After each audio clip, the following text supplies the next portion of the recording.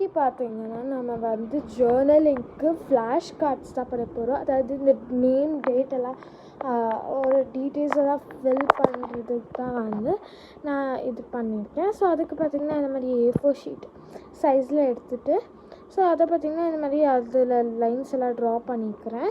So அப்புறம் வந்து like blue colour, pink கலர்னு எனக்கு பிடிச்ச பேட்டர்னு தான் நான் வரைஞ்சிருக்கேன்.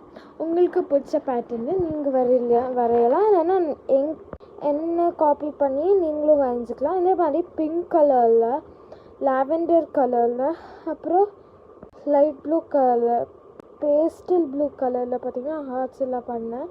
ஸோ பார்த்திங்கன்னா வின்டேஜ் ஜேர்னலுக்கு நான் இந்த மாதிரி பண்ணேன். ஆனால் பேப்பர்ஸ் பார்த்திங்கன்னா சுத்தமாகவே எரிஞ்சிடுச்சு. நான் என்ன பண்ணேன், அதை தூக்கி போட்டுட்டு இன்னொரு பேப்பரில் பார்த்திங்கன்னா இந்த மாதிரி பண்ண ஆரம்பிச்சேன்.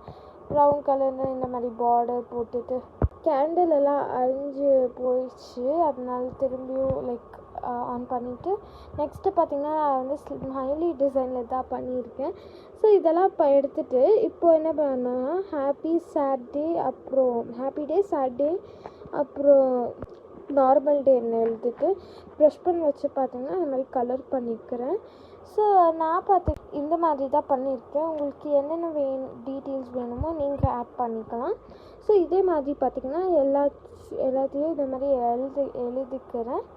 ஸோ நெக்ஸ்ட்டு பார்த்திங்கன்னா இதை வந்து இதில் லைன்ஸ் எல்லாம் போட்டுட்டு பிரேக்ஃபாஸ்ட், லன்ச் அப்படின்னு எழுதிட்டு இப்படி தான் இருக்குது பார்க்க. ஸோ இதுதான் பார்த்திங்கன்னா என்னோடய டேபிள் லுக். இனிமேல் இப்படி தான் இருக்க போகுது. பார்க்க எப்படி இருக்குன்னு சொல்லுங்கள். ஏன்னா எனக்கு வந்து நேச்சர் லுக்கில் இருந்தால் நல்லா இருந்துச்சுன்னு தோணுச்சு. இதே மாதிரி நெக்ஸ்ட் இன்ட்ரெஸ்டிங் வீடியோஸில் பார்க்கலாம். லைக் சப்ஸ்கிரைப் போட மறந்துடாதீங்க.